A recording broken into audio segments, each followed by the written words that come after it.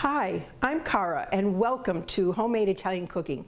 I'm very excited about today. It's St. Joseph's Day, and that means that we're going to be making one of the special Italian dishes that honor St. Joseph.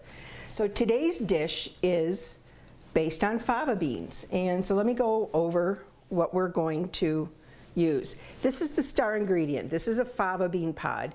It's quite large. You shell it, you pluck out the large beans. They're about this size, and you parboil them, and then shock them, and then you pop them out of the skins. And when you do, they look like this. So get you kind of a sense of that. So fresh fava beans are phenomenal. The dried ones, you don't want to use those because those are like regular beans where you have to soak them overnight, and that's too much work for this. So with this dish, we're going to make a quick saute with garlic and olive oil and herbs with fava beans. We're going to put that on top of a little grilled crostini breads or bruschetta and serve it with some lemon ricotta cheese.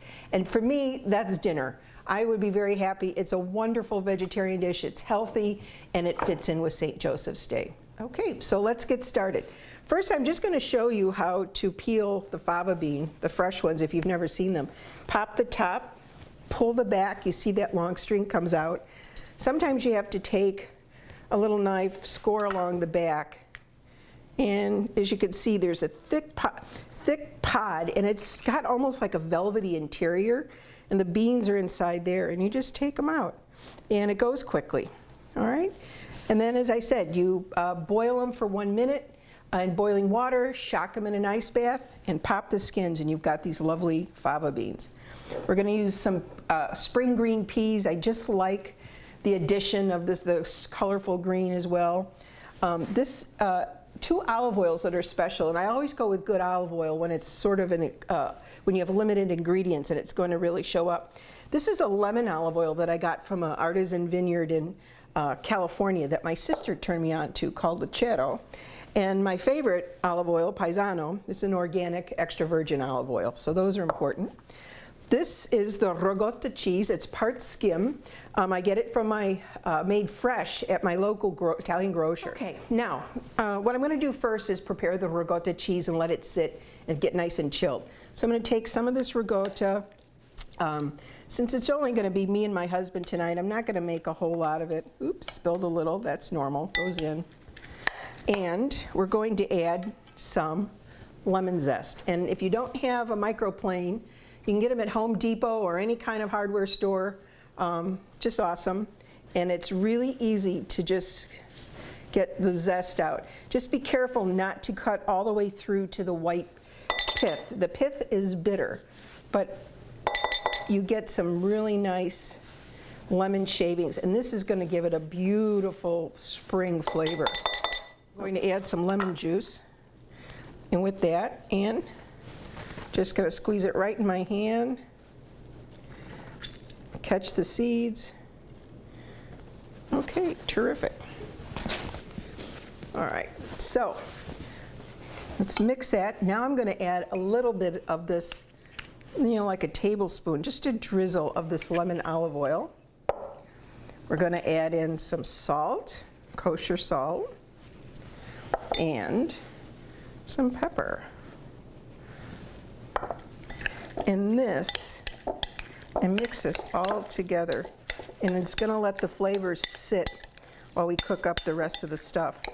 Okay, so now we're going to saute the fava beans and the herbs, putting in a little drizzle of olive oil. Get this nice and hot, and we are going to throw in all the fresh shelled beans. And these were frozen peas that I thawed, and they are also very fresh. And look at that gorgeous green color. Okay, that looks great. Now I'm going to put in some salt. Oh, and I almost forgot. This happens when you cook at home. The garlic. And throw that in at the bottom. This is 1 clove minced garlic, Just get that in and let it absorb the flavors. Okay. And I'm going to throw in some pepper. And we've got a nice bit of pepper. And I always like to just throw in a touch of red pepper. I like that little kick in my cooking. Okay, this looks like they're starting to heat up very nicely. We're going to throw in our fresh chopped mint and basil, and we're going to turn the heat off, and this is done. We're just going to let that melt. You should smell this right now. The garlic aroma has just peaked, the mint, the basil. It really looks delicious. Absolutely scrumptious. All right, I am really excited to assemble these. So what I've got is the grilled toast, grilled in olive oil. See the beautiful grill marks, nice platter, and we're just going to quickly assemble them. So the first thing we're going to put on is that creamy ricotta cheese. And we're just going to put a little bit on each one. This has got that gorgeous lemon flavor in it. You can see it's cool, it's creamy, it's like spring.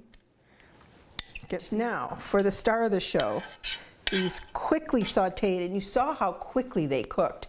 It was minutes. You know, it takes more time to shell them than it does to cook them, and I think they're worth it. So with that, we're just going to put a little bit on each one and kind of smush it down into the ricotta. All right. So, always like to have a little fresh torn basil. It gets the scent. Not that you need any more green color on these. And with that, I'm going to try this first one and we'll see how they turned out.